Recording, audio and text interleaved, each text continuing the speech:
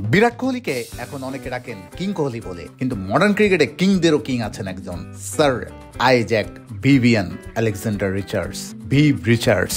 Sir Viv রিচার্ডসের যদি দেখা মেলে চোখের সামনে, সেটিও আবার তার জন্মভূমি অ্যান্টিগায়, যে কোনো ক্রিকেট রোমান্টিকের মনে অদ্ভুত এক শিহরণ বয়ে যেতে বাধ্য। ছোট্ট একটা দ্বীপ থেকে উঠে এসে এই মানুষটাই কিনা ব্যাট হাতে বিশ্ব শাসন করেছেন বছরের পর বছর, চুইংগাম চিবুতে চিবুতে উইকেটে নির্দয়, কিন্তু রাজকীয় ঢঙে বোলারদের উপর চড়াও হতেন, প্রতিপক্ষের বোলারদের মানসিকভাবে স্রেফ ধ্বংস করে দিতেন। সময়ের সেরা বোলারদের কাছে যিনি ছিলেন এক আতঙ্কের নাম, যিনি সর্বকালের সেরা, সেই ভিভ রিচার্ডসের সঙ্গে দেখা হয়েছিল আমার গত জুনে টি-20 বিশ্বকাপ কাভার করতে গিয়ে তারই জন্মভূমি অ্যান্টিগায়। বেলা ঠিক একটাই, একটা ছায় রঙা লেক্সাসে শাঁ করে ঢুকলো সিডার ভ্যালি গল্ফ কোর্সে। অ্যান্টিগার এই গল্ফ কোর্সটা স্যার ভিভ রিচার্ডসের নামে। ভর দুপুরে গল্ফ খেলতে এসেছেন তিনি। তাকে এক পলক দেখতে, একটা অটোগ্রাফ নিতেই কত মানুষ ভিড় করে। সেখানে আমার চাওয়া ছিল একটা ইন্টারভিউ। যে কোনো স্পোর্টস জার্নালিস্টের কাছে ভিভের একটা ইন্টারভিউ চরম আরাধ্য একটা বিষয়। সে অনুরোধ করতেই মুখের ওপর চলত গম্ভীর কণ্ঠে ভিভ বললেন, আমি এখন কোনো ইন্টারভিউ দিব না, ইউ আর কিং।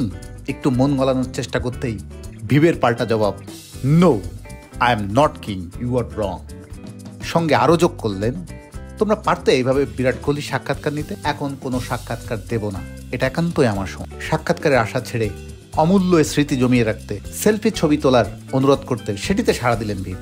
বললেন এটাই সবচেয়ে সহজ অপশন। সময়ের স্রোতে বিশ্ব ক্রিকেটের কত কিছু বদলেছে, নতুন ফরম্যাট এসেছে, নতুন লিগ এসেছে, নতুন নতুন কিং এসেছে, কিন্তু স্যার ভিভ রিচার্ডস একজনই।